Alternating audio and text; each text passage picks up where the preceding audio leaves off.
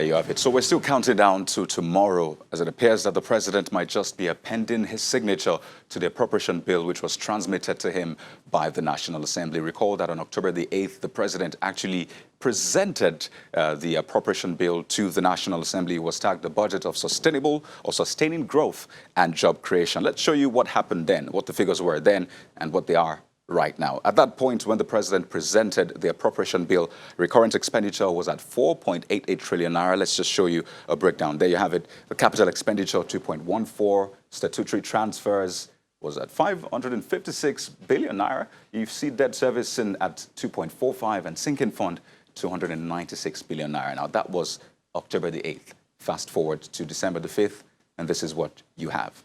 There you go. Recurrent expenditure, 4.8 trillion naira. It stayed the same. Capital expenditure, 2.4. It increased from 2.1. Statutory transfer, 560, increased from 556 billion naira. And you see debt servicing increased to 2.7 trillion naira from 2.45 trillion naira. Some are saying this might be an indication that the National Assembly would approve the external borrowing plan. But we'll wait to see if the president will indeed sign the budget into law tomorrow. Let's keep our fingers crossed. Let's move on to other matters now. Do you remember the national security strategy, the revised national security strategy that was launched by the president about 2 weeks ago? Well, it's back in the news, but this time the Office of the National Security Advisor is asking heads of government agencies and parastatals to ensure the full implementation of the document. Now, during a sensitization workshop on the implementation of the security document, the NSA said the objectives of the document can only be realized through strong collaboration among government agencies. Now, according to him, the 2019 National Security Strategy focuses on addressing socio-economic challenges that threaten national security. The NSS document, in line with the United Nations, we have moved it not completely away, but we have moved it substantially to a situation where human security is the key. And what do we mean by human security? Food, job, shelter, peace, and tranquility, because the human being is at the core of the security of any nation. So it is said that security is political. I mean, the need for security is one of the primary reasons that people gather to form a community and then elect leaders to pilot their affairs, because people can do more together. But how far has this worked in Nigeria, and how can we strengthen the existing structures? Let's meet our guest tonight. Air Commodore Darlington Abdullahi is a member of the National Security Strategy Review Committee. He joins us live from our Abuja studio, and right next to him is Mr. Kabiru Adamu, a security expert. Thank you so much for joining us tonight on the program. You're welcome. I'd like to begin with you, Air Commodore Abdullahi. Now, you were part of that team that reviewed the National Security Strategy after 5 years. And I see that the approach is somewhat different this time around. There's a focus on addressing socio-economic challenges this time around. But the question is, what's the plan on achieving this, seeing that the social and economic well-being of Nigerians is not the core responsibility of security institutions? So how do you plan to go about this? Thank you very much. Well, security, as we know, is not all about the military. It's about, like was stated earlier by the Ambassador Lassaide, human security is key to developmental issues. I mean, that we should focus on. And we're talking about, the key thing here is implementation. And that implementation has to come by way of the MDAs that are responsible for the various aspects of those areas that could be tied to human security, being able to play their roles effectively. And that's to say that the MDAs will have to key into the National Security Strategy 2019 and look at the areas that are relevant to their respective ministries, departments, and agencies, and then come up with review their sectoral policies and strategies with a view to achieving the overall objective of the national security strategy. That's what I was saying. I mean, the policies are clearly written there, and then the strategies to address those policies. But however, the MDAs have to expatiate on those areas that have been presented in the national security strategy with a view to addressing the various areas that relate to their respective MDAs. Right. Now, MDAs sounds like, a canopy term. So if you can help us, what are these specific MDAs? Thank you very much. You see, like when we talk about the ministries, departments, and agencies, ministries, for instance, we're talking about the Ministry of Agriculture, for example.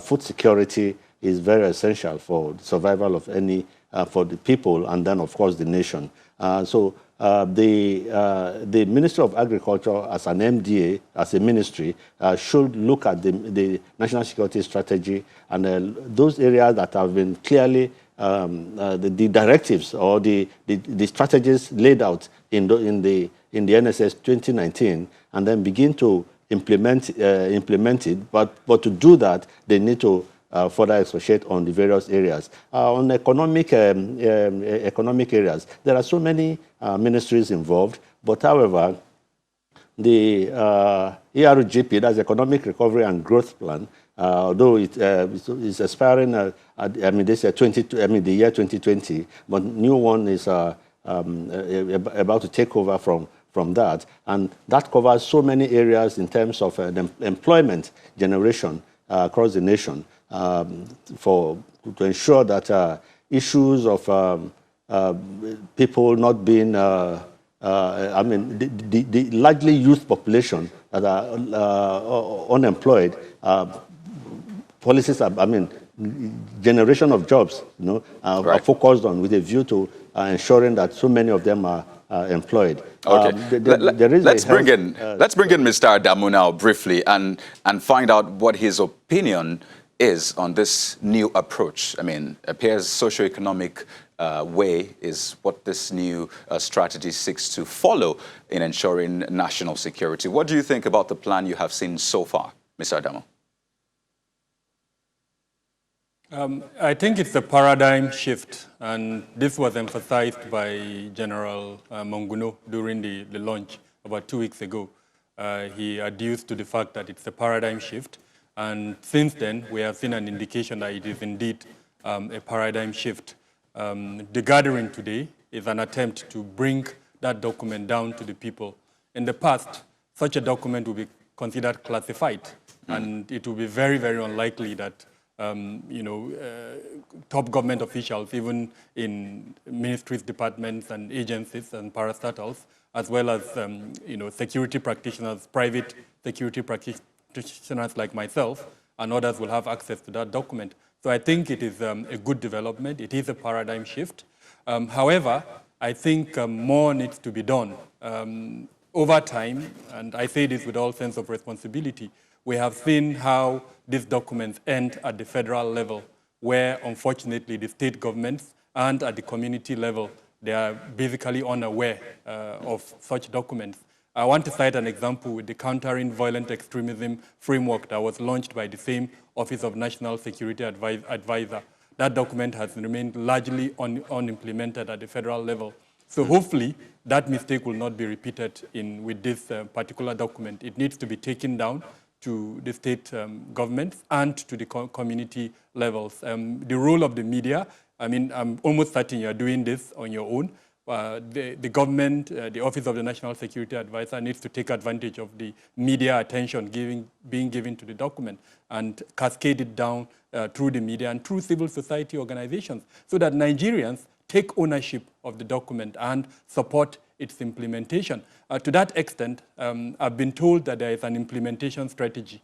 Now, I do not know whether in that implementation strategy there is an impact and result framework. If there isn't, then it is absolutely important that one is mentioned and devised inside that implementation strategy. And the reason is this: the only way you and I and Nigerians would believe in that document is if it protects our lives and property.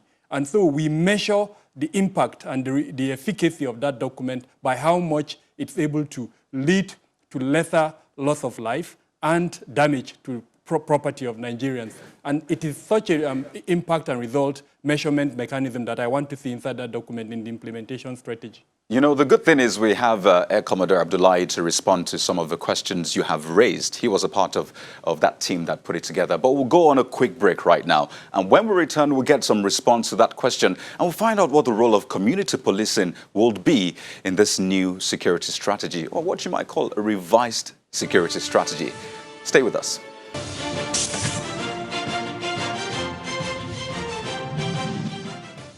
Well, you're welcome back to the program. So let's get back to the conversation on the politics of security. And we're going to have joining us from our Abuja studio, Air Commodore Darlington Abdullahi. He's a member of the National Security Strategy Review Committee. He was part of a team that put together the revised National Security Strategy. And right next to him is Mr. Kabir Adamu, a security expert. Thank you for your patience on the program.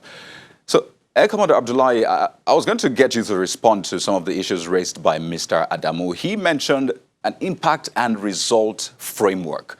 Does the strategy put that into consideration? Very well, I would say.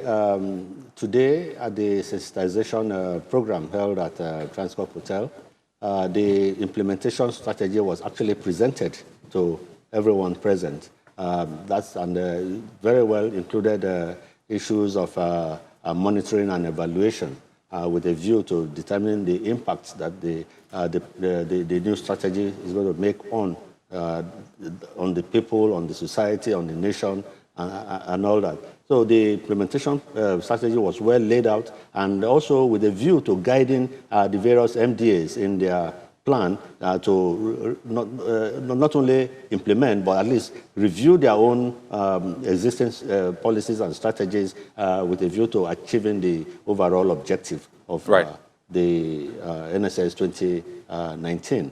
Okay. So the implementation was well addressed today at the sensitization program that was held. Now, another concern is how this strategy will trickle down to states, because some of these documents look good at the national level, but then trickling down to the state level, the local government and local council is usually a challenge. And he mentioned an example. So the question is, how will this trickle down such that it is effective from top to bottom?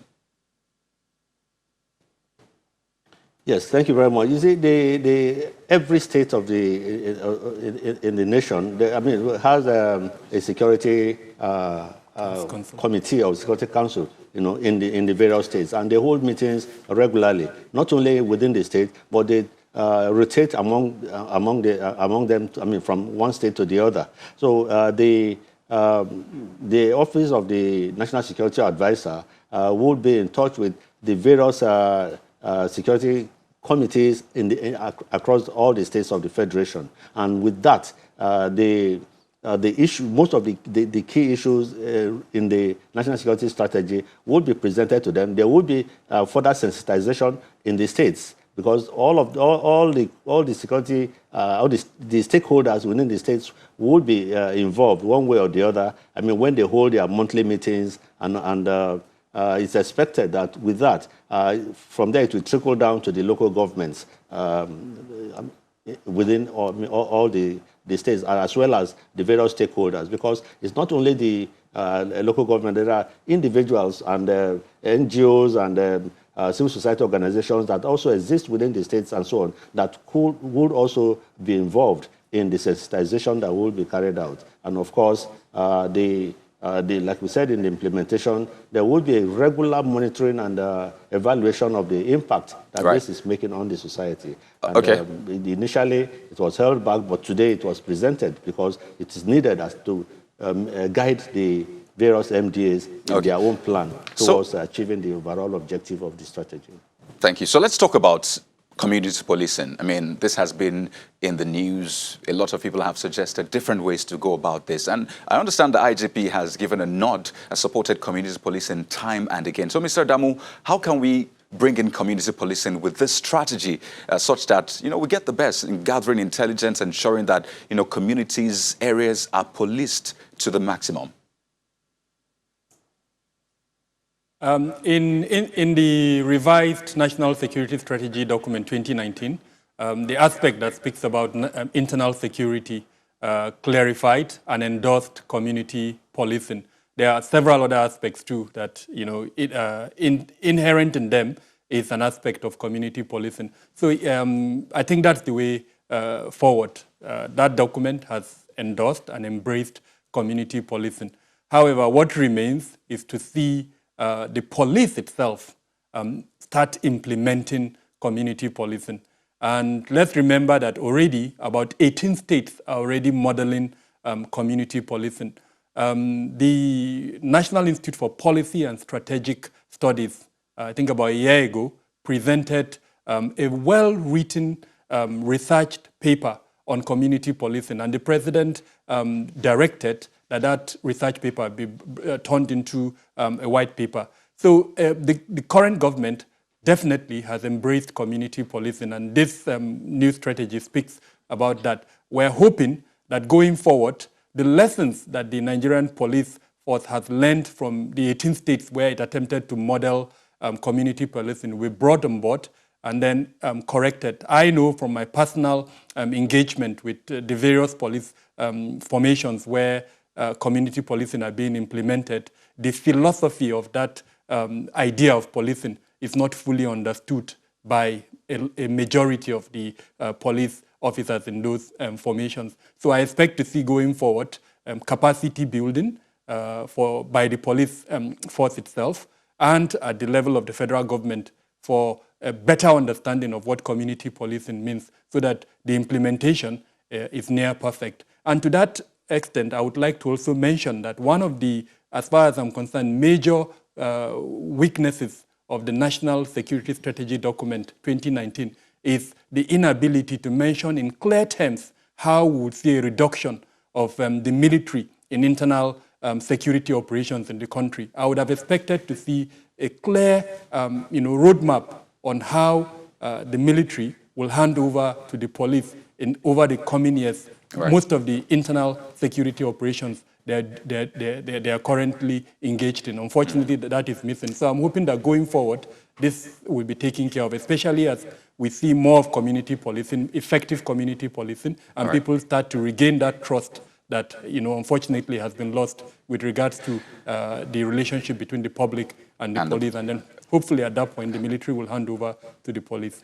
Speaking of the military, just earlier today, news broke that the Nigerian army redeployed 20 major generals and more than 10 brigadier generals in a major shakeup, which it said will reinvigorate the system for what it calls greater efficiency. Now, this is for Air Commodore Abdullahi. On one hand, might this be related to the revised strategy? And where else do you think there should be a shakeup?